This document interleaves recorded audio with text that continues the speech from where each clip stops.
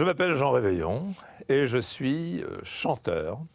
Jeune chanteur, jeune chanteur, puisque voilà, c'est une expérience toute récente, mais un rêve d'enfance que j'ai pu accomplir alors que je venais de prendre ma retraite à 65 ans. Alors, j'occupais une position que l'on dit intéressante à ce moment, puisque j'étais le directeur de France 2, de la chaîne France 2, mais j'ai néanmoins quitté pour aller m'adonner à ce plaisir, à cette envie de monter sur scène et surtout d'écrire des chansons, ce que je fais par ailleurs avec mon ami Thierry Sforza pour écrire des comédies musicales, mais c'est une autre histoire.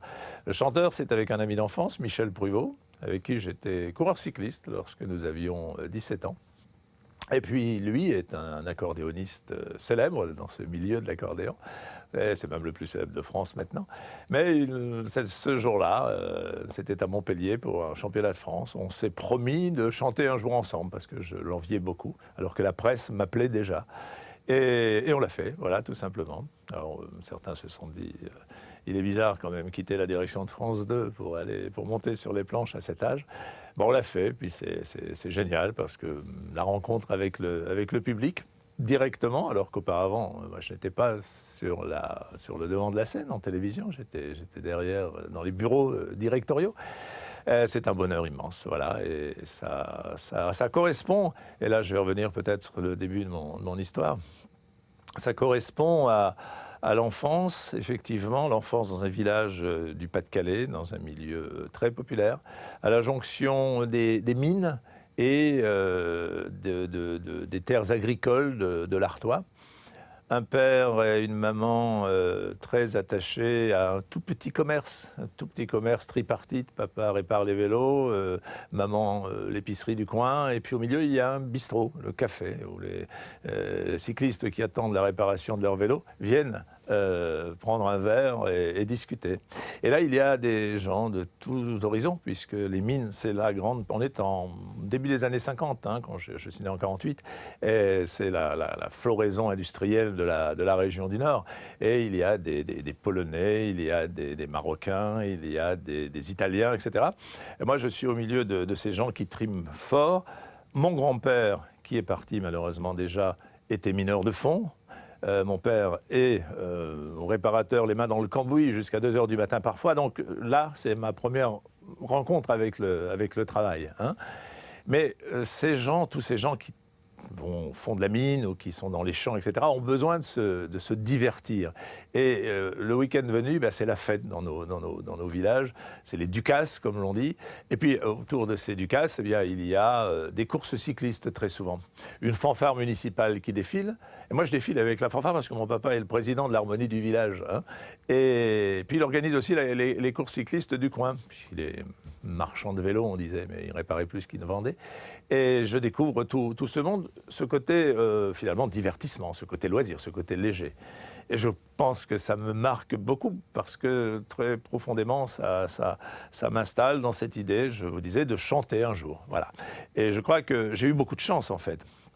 Beaucoup de chance parce que la vie, circonstances aidant, via le vélo, j'ai rencontré des journalistes. Je voulais être journaliste. Mon prof au lycée voulait, lui, m'envoyer vers l'école normale supérieure. Vous voyez, bon. Et finalement, la chance a voulu que je rencontre un journaliste qui me dise « Mais viens chez nous, à la Voix du Nord ».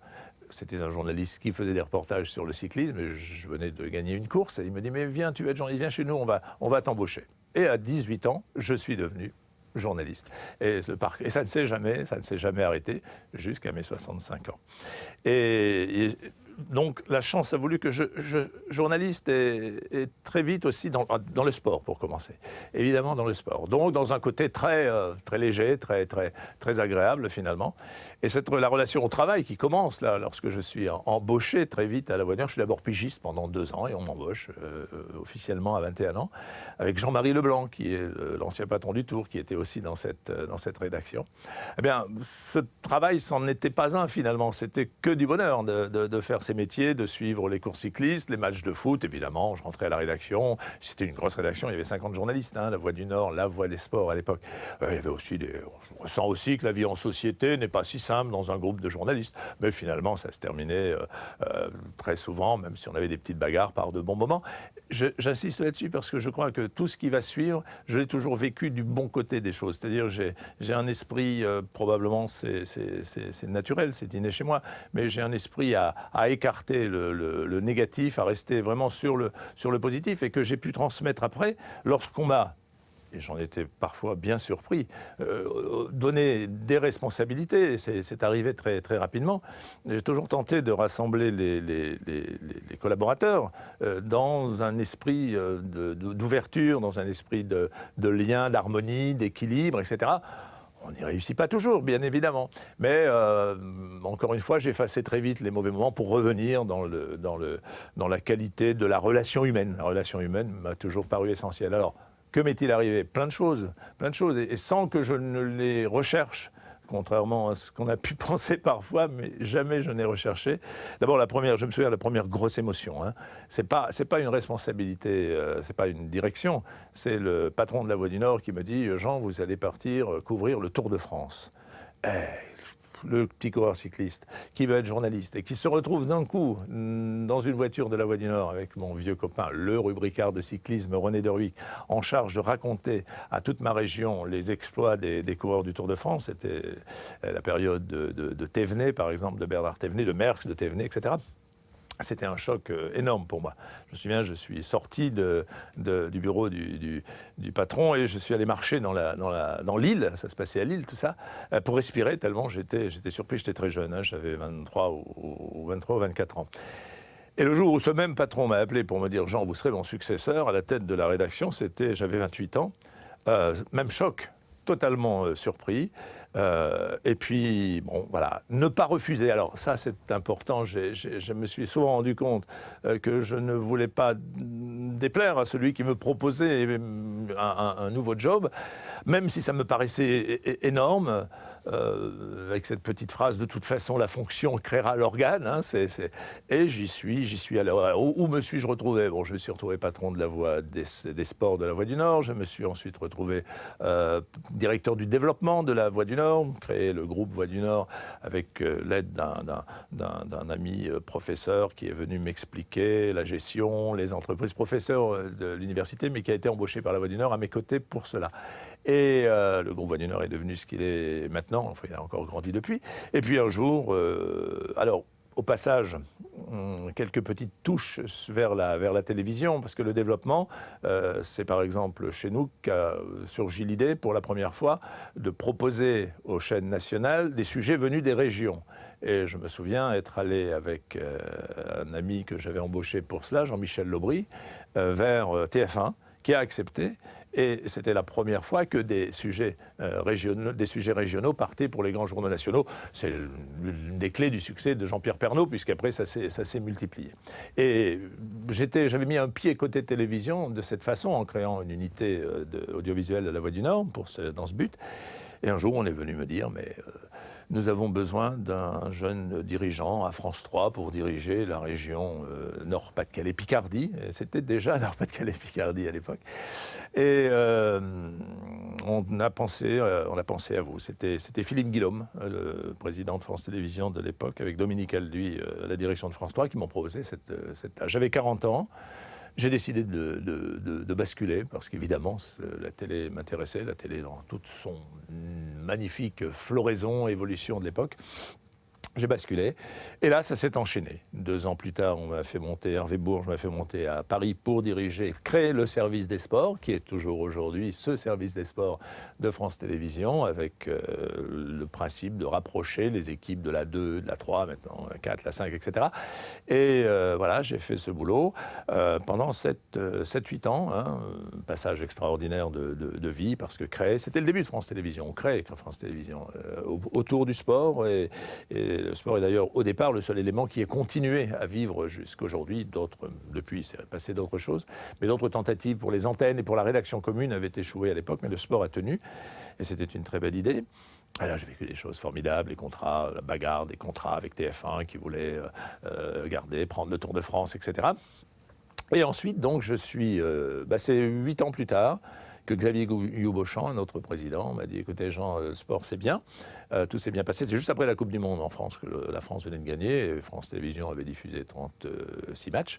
Et il m'a dit « Voilà, j'ai besoin de vous pour diriger France 3. » Là, je suis encore une fois tombé de ma chaise parce que je n'y attendais pas. D'ailleurs, Xavier Guyot-Beauchamp m'avait dit « Asseyez-vous, vous allez être surpris, il vaut mieux que vous soyez assis. » C'était un... J'ai dit oui.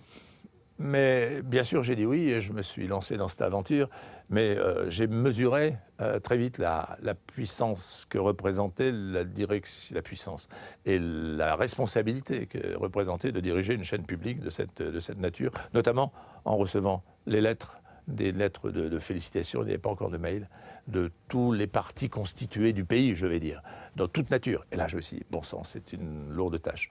Et c'est là d'ailleurs que j'ai souhaité, très rapidement, l'année suivante, qu'un autre directeur nous rejoigne, parce que c'était 2 directeurs sur France 3, et Rémi Fimelin est arrivé. Nous avons fait équipe à 2 pendant de belles années, avant que...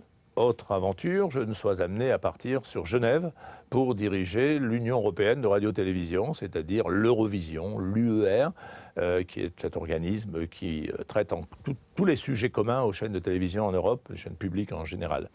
6 ans à Genève, le retour à Paris, et ici, la surprise finale de me voir confier France 2 par Rémi Fimelin, avec cette remarque que je lui ai faite en disant « Rémi, je prends France 2, mais le jour de mes 65 ans, je quitte pour aller chanter. » Ce que j'ai fait. Voilà, je vous ai résumé cette notion de parcours.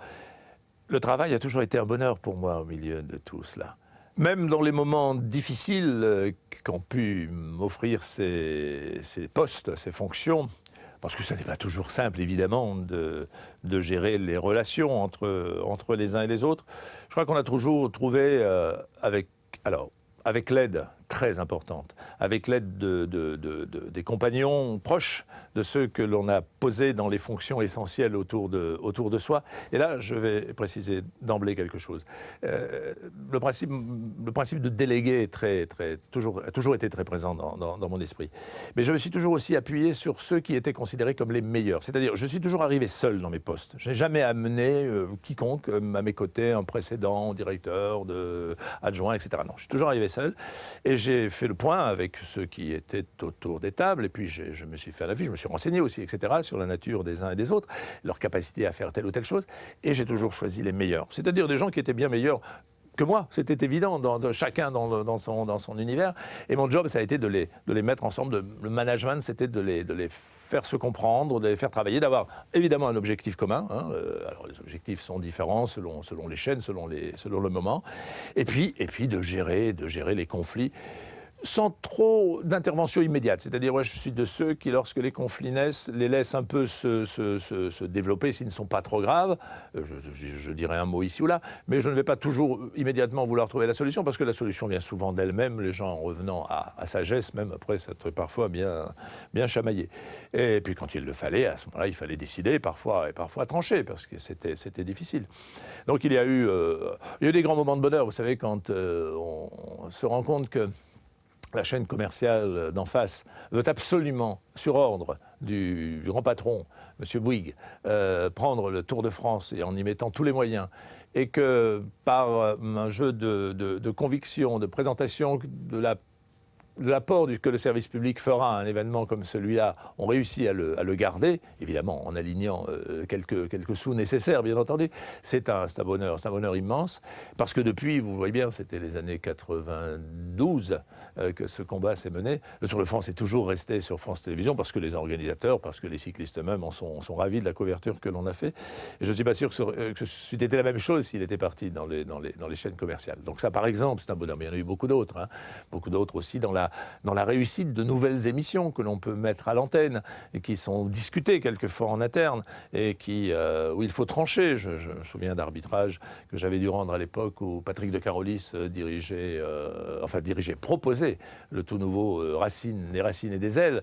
Et c'était pas forcément tout à fait immédiatement bien reçu dans la chaîne parce que c'était une émission, surtout quand on a souhaité l'internationaliser, aller à Petra, aller aux pyramides, etc. pour faire cette émission, ça coûtait de l'argent. Il y avait des arbitrages difficiles. Et quand le succès a été tel, et cette reconnaissance qu'a eu le public pendant des années, toujours aujourd'hui d'ailleurs, sur cette émission, c'est très agréable. Non, les choses les plus dures, ce sont parfois un échec lourd avec un collaborateur qui s'est arrivé. C'est arrivé, un collaborateur qui n'a pas joué le jeu, notamment lors d'une affaire célèbre, je ne vais pas rentrer dans le détail, ça remuerait trop de choses tristes, et dont il a fallu se séparer. Quand je ne dis pas jouer le jeu, disons qu'il avait eu une attitude très, très condamnable, mais c'était un crève-cœur. C'était vraiment un crève-cœur, parce que c'était un échec, puisque je n'avais pas su anticiper les bêtises qu'aurait pu faire ce gars, et j'ai dû le licencier. C'est arrivé rarement.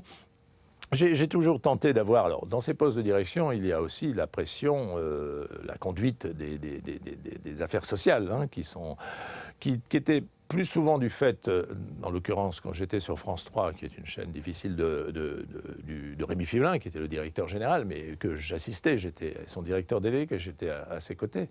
Et je me souviens de moments compliqués sur des grèves, quand Rémi, par exemple, m'a envoyé signaler pour la première fois qu'il n'y aurait aucune discussion, même si la grève s'arrêtait, sur le paiement des jours de grève, ce qui se pratiquait auparavant. Il y avait des accords, là. C'était très difficile, cette mission, et je l'ai assumée.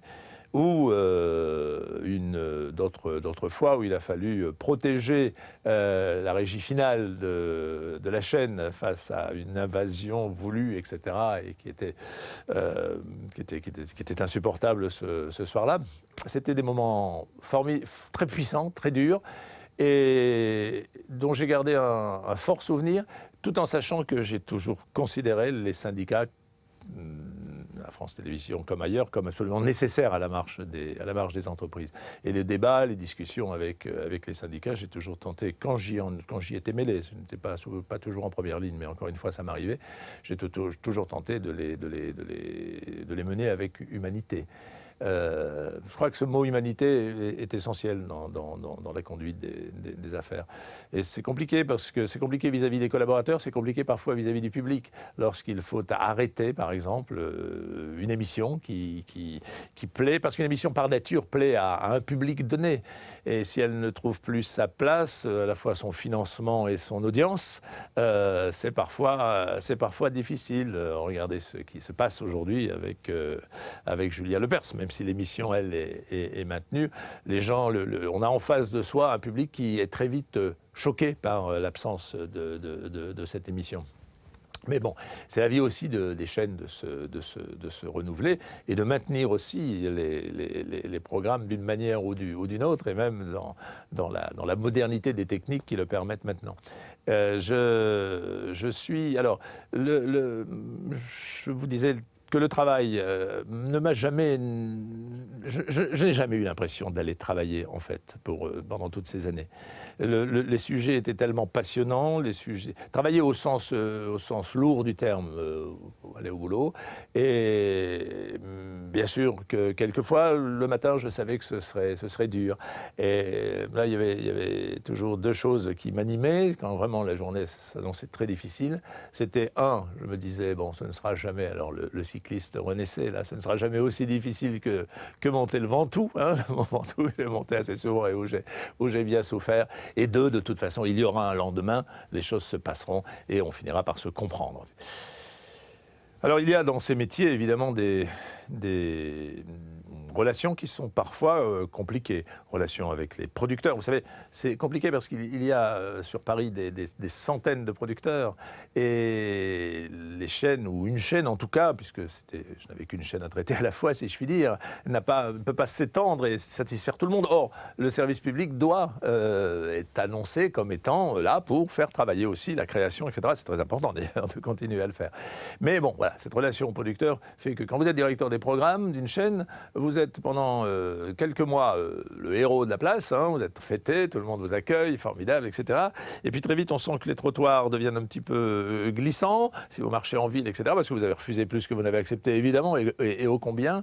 Et puis ensuite, ça devient très, très dur. Mais ça, je l'avais intégré, et voilà, je pouvais supporter aussi ce type de choses.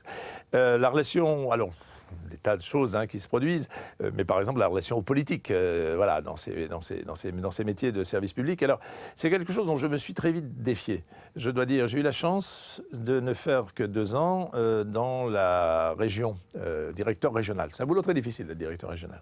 Et je vais vous donner un exemple. Il y a eu, durant la transition entre Philippe Guillaume qui est parti et Hervé Bourges, j'étais là-bas, il y a eu donc pas mal de remue-ménage. Et j'ai reçu de tous les politiques de la région, sans leur demander quoi que ce soit à personne, une petite note me disant « Rassurez-vous, on vous protège ». Mais tous, c'est-à-dire de droite, de gauche, du centre, tous m'ont fait un petit message par leur attaché de presse, on vous protège. Je ne demandais pas à être protégé, puisque en plus je savais déjà que j'allais partir sur les sports, ce que personne ne savait. Et ça, je me suis dit, bon, soulagement quand je suis parti pour les sports, donc j'ai été un peu dégagé de ça. Et je suis journaliste avant tout, donc cette relation politique me posait problème s'il s'était agi de devoir influer sur la tenue de nos affaires et de nos lignes éditoriales. Je vous avoue que j'ai été un petit peu couard dans l'affaire, parce que je me suis toujours arrangé pour n'être pas en première ligne et avoir toujours un président ou un haut responsable qui faisait ce lien.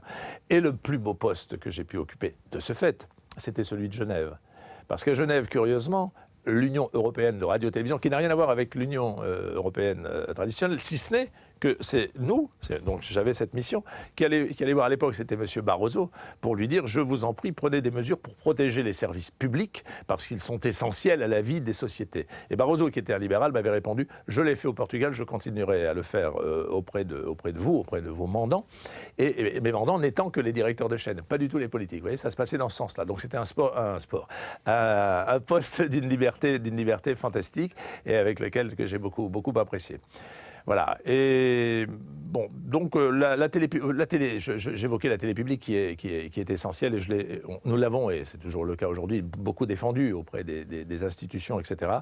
Elle, quoi qu'il arrive, j'ai envie de dire, de tout ce qui évolue aujourd'hui technologiquement, la création par la télévision publique, enfin les grands thèmes, même si on se détourne de plus en plus, et ça risque d'être le cas, si on se détourne de plus en plus des écrans traditionnels de télévision, et que l'on travaille avec nos smartphones ou avec nos tablettes, etc., pour voir les événements, il faut que la télévision publique, et ça peut se produire, je pense qu'il y aura, il y a un effet qui va être long, mais qui va évidemment évoluer. Vous voyez bien, les jeunes, on le sait tous, ne regardent plus très attentivement la télévision, sauf pour 2 choses, les breaking news, comme on dit, c'est-à-dire les gros événements d'information qui surgissent dans l'actualité, et les grands événements sportifs. Ce sont les 2 choses qui continueront à être regardées et qui mériteront d'être toujours très très suivies par la télé. Mais je crois que pour le reste, la télévision publique a un rôle gigantesque de maintenir la création, la réflexion, le commentaire sur les événements, etc. Donc, même si, peu importe la manière dont c'est diffusé, et il y aura toujours des manières, l'entité télévision publique doit absolument demeurer. C'est essentiel à la vie des sociétés, parce que ça protège aussi les grandes valeurs, la dignité humaine, la protection des enfants, etc. Et on sent bien que si la concurrence s'accroît de plus en plus, et elle s'accroît de plus en plus entre des chaînes commerciales, on dérapera de plus en plus, et on ira effectivement vers le bas. Télévision publique, essentielle. Voilà, donc je m'en suis un peu éloigné de cette télévision publique. Mais ça reste très fort au cœur. Je suis donc La chanson. Alors, bah, écoutez, c'est un bonheur, je le disais dès le début de cette émission, d'écrire des chansons. Bon, j'ai fait un album avec Michel Pruvot qui a bien marché pour les anciens. Hein. C'était un sourire pour les anciens. On continue à chanter. On leur donne du bonheur là quand ils sont là, nos seniors plus. Hein. Moi, je suis un senior plus, mais on chante pour les plus. Mais par ailleurs, j'ai eu la chance que l'on me fasse rencontrer un des meilleurs auteurs de Paris, qui est le fils spirituel de Pierre Delanoë. C'est Pierre Delanoë qui l'avait engagé à suivre cette voie, Thierry Sforza. Et Thierry, nous avons décidé de travailler ensemble, de même créer une petite société d'édition musicale. Et j'apprends un nouveau métier auprès de lui. J'apprends à écrire des chansons et j'apprends à écrire des comédies musicales. Des comédies musicales, ce qui n'est pas... c'est un gros boulot et on a de très belles choses qui se préparent tous les deux. Tous les deux avec évidemment ce qu'il faut autour, producteurs, acteurs, etc. Et puis on écrit des chansons individuelles pour tel ou tel. On a proposé récemment des chansons, on nous a demandé d'écrire pour Patricia Cass, pour Isabelle Boulay. On dit même que Céline Dion a apprécié une de nos chansons, on verra. Et c'est comment... Alors je sais, on me pose souvent la question, comment écrit-on une chanson? Bah, ça dépend. D'abord là, on écrit à 4 mains la plupart du temps, nous. Ouais, avec Thierry, nous écrivons ensemble. Alors pas... On se donne un thème, on discute de la façon d'entrer dans la chanson. On commence par le refrain, hein, en général on cherche le refrain, on voit comment. Et puis ensuite on se sépare, on prend chacun notre liberté d'écriture. Je reconnais que c'est souvent la nuit, le soir, tard, la nuit, le matin, quand on s'éveille. Pas besoin de... J'ai pas eu besoin de... J'ai fait du vélo sans être... mais bon, peut-être que quelquefois, après un bon repas ou après un bon moment, on se sent plus à l'aise, c'est à voir, parce qu'on en discutait avec Thierry tout à l'heure. Mais non, il est très sobre lui aussi. On prend le temps de... Quelquefois c'est compliqué, mais d'essayer, parce qu'il y a les rimes, il y a le nombre de pieds, il y a... Surtout quand on écrit sur des musiques existantes et qu'on adapte, il faut vraiment respecter. Ce qui m'a beaucoup frappé, c'est que on est plus attentif parfois au son qu'à la lettre, si je puis dire. Vous voyez, et parce que le son est très important. Quand on vous envoie un compositeur vous envoie un yaourt, c'est le terme, un yaourt, c'est-à-dire une musique avec des mots anglais souvent anglais, hein, qui ne veulent pas dire grand-chose entre eux. Il faut respecter les fins de phrases, les sons, etc., parce que c'est là qu'ils cherchent la belle sonorité du chanteur. Donc voilà, j'adore faire ça et c'est très chouette d'avoir... Je suis très heureux d'avoir choisi cette voie et tellement heureux de ce parcours bonheur où le travail a été, je vous le disais, toujours un plaisir.